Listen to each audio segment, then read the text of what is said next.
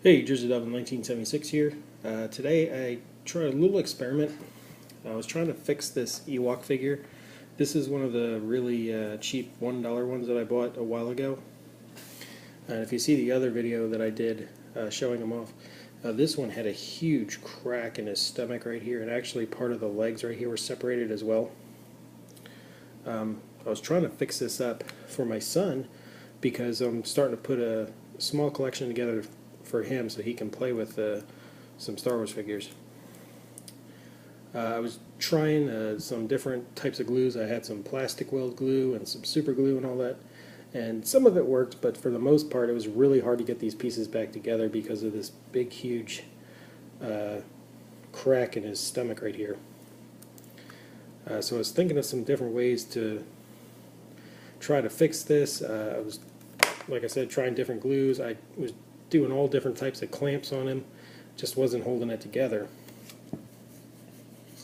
And then I was just going to kind of putty it in and call it finished. But then I remember a few months ago I saw this video where someone was using a Dremel tool and then a styrene rod to actually to weld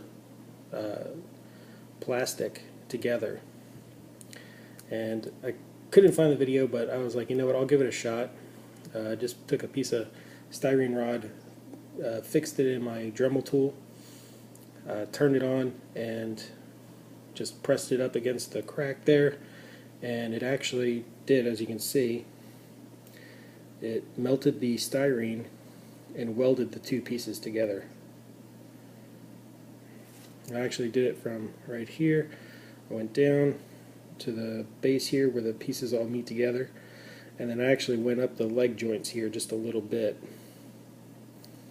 And after that I let the plastic cool back down, and then I went back with some plastic weld and just went back over the weld that I just did, and over and around the seams and all that, just to help strengthen that bond just a little bit more.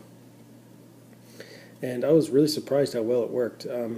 I went back and I filed this all down smooth because it is kind of, it is like, you know, it's like a regular weld. It is a little lumpy and all that, but filed down smooth, it's perfect.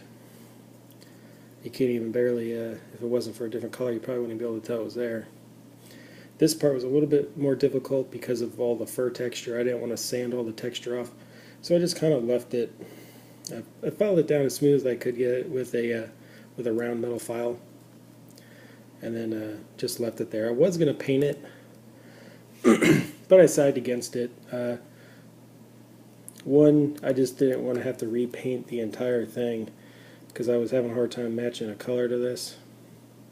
But you know, it could also, it's like a battle scar, you know. So I did repaint the stripes right here, as you saw. I had a color that was very similar. It was actually a little different because I actually have two of these figures that I'm going to give to my son. So I figured I'd make one just a little bit different. He has slightly darker gray stripes now, so I just touched those up a little bit. And I still have to do the arms here and the legs. And once I get that all finished up, I'll just go ahead and reheat these legs. I just used a hairdryer, or you can use boiling water, and just put the legs back in, and it should be good to go. And you know, just give him a new headdress, and it's a completely different figure from the original. I actually like how these hoods and all that stuff fit each other very well, with the exception of the Wicket one because he's so small. But you really can. It's funny how different they do look by just swapping around their gear and all that stuff. So, you know, he'll have two of the same figures, but they will be very different.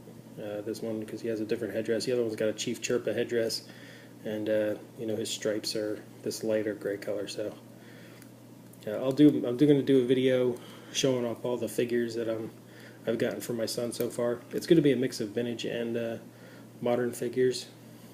Just going to go through the ones that I like and use them, and I'll be showing that off here pretty soon. But I am going to try to experiment with this this welding here a little bit more, see what else I can use it for. It might be pretty good if you're doing some like really large structures with styrene or some other types of plastic.